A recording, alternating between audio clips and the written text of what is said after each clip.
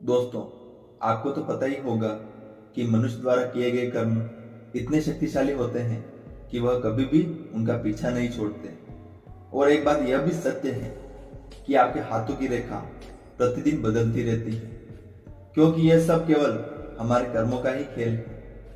इसलिए हमें अपने कर्मों का फल इसी जन्म में या अगले जन्म में किसी न किसी रूप में मिलकर ही रहता है।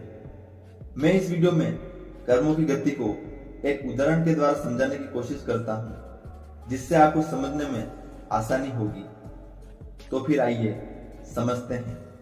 अगर पूरे विश्व में कैसी भी परिस्थिति आ जाए या कोई भी टेक्नोलॉजी आ जाए, तो भी एक पिता के सभी बेटे एक जैसे नहीं हो सकते, और ना ही एक गाय की सभी बच्चियां एक जैसा दूध देने वाली हो सकती हैं, और ना ही एक ही क्लास में पढ़ने वाले सभी बच्चे एक जैसे प्रतिभावान हो सकते हैं।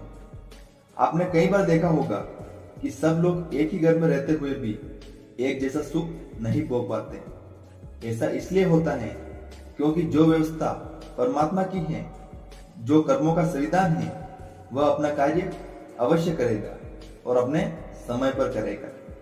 इंसान हमेशा अपने साथ जो होता है उसका दोष दूसरे को देता है, लेकिन इंसान को यह पता नहीं होता कि जो भी दुख वो भोग रहे हैं वो दरअसल उनके ही कर्मों का परिणाम है।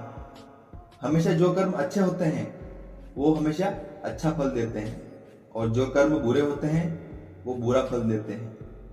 जीवन में क्रिया की प्रतिक्रिया जरूर होती है, लेकिन उससे बचने की विधि भी हमें सीखनी चाहिए। जैसे अगर डॉक्टर ने कोई दवाई दी और उस दवाई का कोई प्रभाव नहीं हुआ, तो हम कहते हैं कि दवाई बेकार है।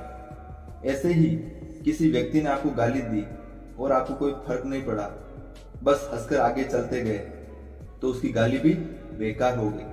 आपको हमेशा बस अपने अच्छे कर्मों पर ध्यान देना चाहिए, बाकी सब भगवान के ऊपर छोड़ देना चाहिए। आपको अपने कर्मों का फल एक ना एक दिन मिल ही जाएगा। आज की वीडियो में बस इतना ही। मुझे उम्मीद है आप इस वीडियो से प्रभावित हुए होंगे।